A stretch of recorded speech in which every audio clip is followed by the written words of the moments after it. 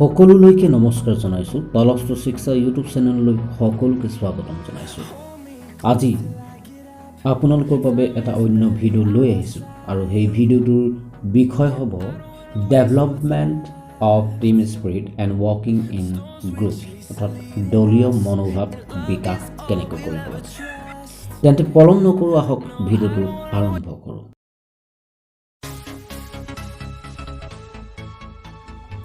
ৰাইজে নখ জোকাৰিলে নৈ বয়, অসমীয়াত এষাৰ প্ৰবাদ প্ৰবচন আছে। গতিকে লগ হৈ থকাকে দলীয় বুলি কোৱা হয়। কঠিন কাম এটা কম আয়াসত দলীয় তথা একতাবদ্ধ হৈ অতি সহজে আৰু সোনকালে কৰিব পাৰোঁ। দলীয় মনোভাৱ মানে হৈছে হঠাৎ আমাৰ সন্মুখত লগৰ এগৰাকী মূৰ্ছা গৈছে, লৰালৰিকৈ আহি লগৰজনক সকলোৱে মিলি শুশ্ৰূষা কৰা, সেয়া হৈছে দলীয় মনোভাৱ। এই যে এজনৰ কষ্ট দেখি আনজনে সহায় কৰি দিয়া, সেয়া হৈছে দলীয় মনোভাৱ। দলৰ পৰা আমি কিছুমান সচেতন অভিজ্ঞতা শিকিব পাৰোঁ।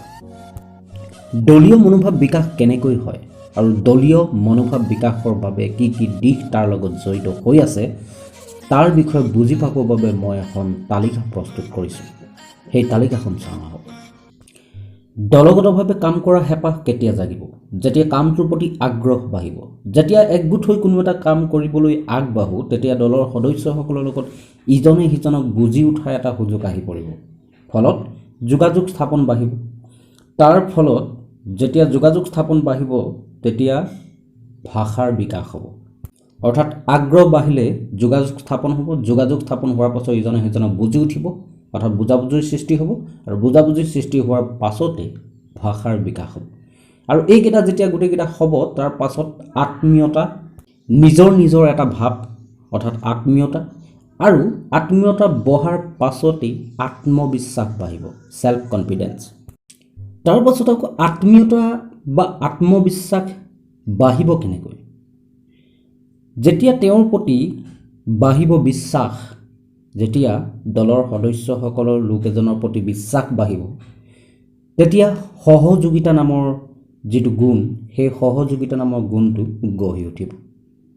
তাৰপাছত সহযোগিতা গঢ়ি উঠিলেই বন্ধুত্বসুলভ ভাৱ জাগি উঠিব।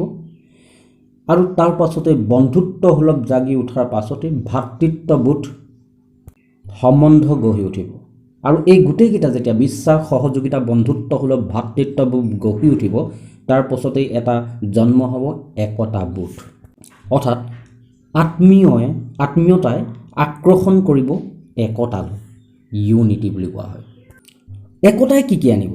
একতাই আনিব কৰ্মস্পৃহা তথা কাম কৰাৰ প্ৰৱণতা, দূৰ কৰিব জাতীয় ভেদাভেদ, জাতীয় যি ভেদাভেদ দূৰীকৰণ কৰিব, আৰু আগুৱাই নিব প্ৰতিযোগিতাত অংশগ্ৰহণ কৰিবলৈ। তাৰ ফলত তেওঁলোকৰ দায়বদ্ধতা বাঢ়িব, আৰু দায়বদ্ধতাৰ প্ৰতি সচেতন হ'লেই এখন সমাজৰ বিকাশ হ'ব, অৰ্থাৎ সামাজিকৰণ হ'ব। এতিয়া আপোনালোকে বুজিব পাৰিলে যে দলীয় মনোভাৱ বিকাশ কেনেকৈ হয় আৰু দলীয় মনোভাৱ বিকাশত কি কি দিশ জড়িত হৈ আছে। How to development of team spirit and working in groups. Next আমি ভিডিঅ'টোত আলোচনা কৰিম এম্পেথিক এপ্ৰ'চ টু ছলভিং প্ৰব্লেমছ, অৰ্থাৎ সমস্যা সমাধানত সহানুভূতিশীল দৃষ্টিভংগী কেনেধৰণৰ, তাৰ বিষয়ে আমি নেক্সট ভিডিঅ'টোত আলোচনা কৰিম। তেন্তে আজি ভিডিঅ'টো সামৰণি মাৰিছোঁ। ধন্যবাদ।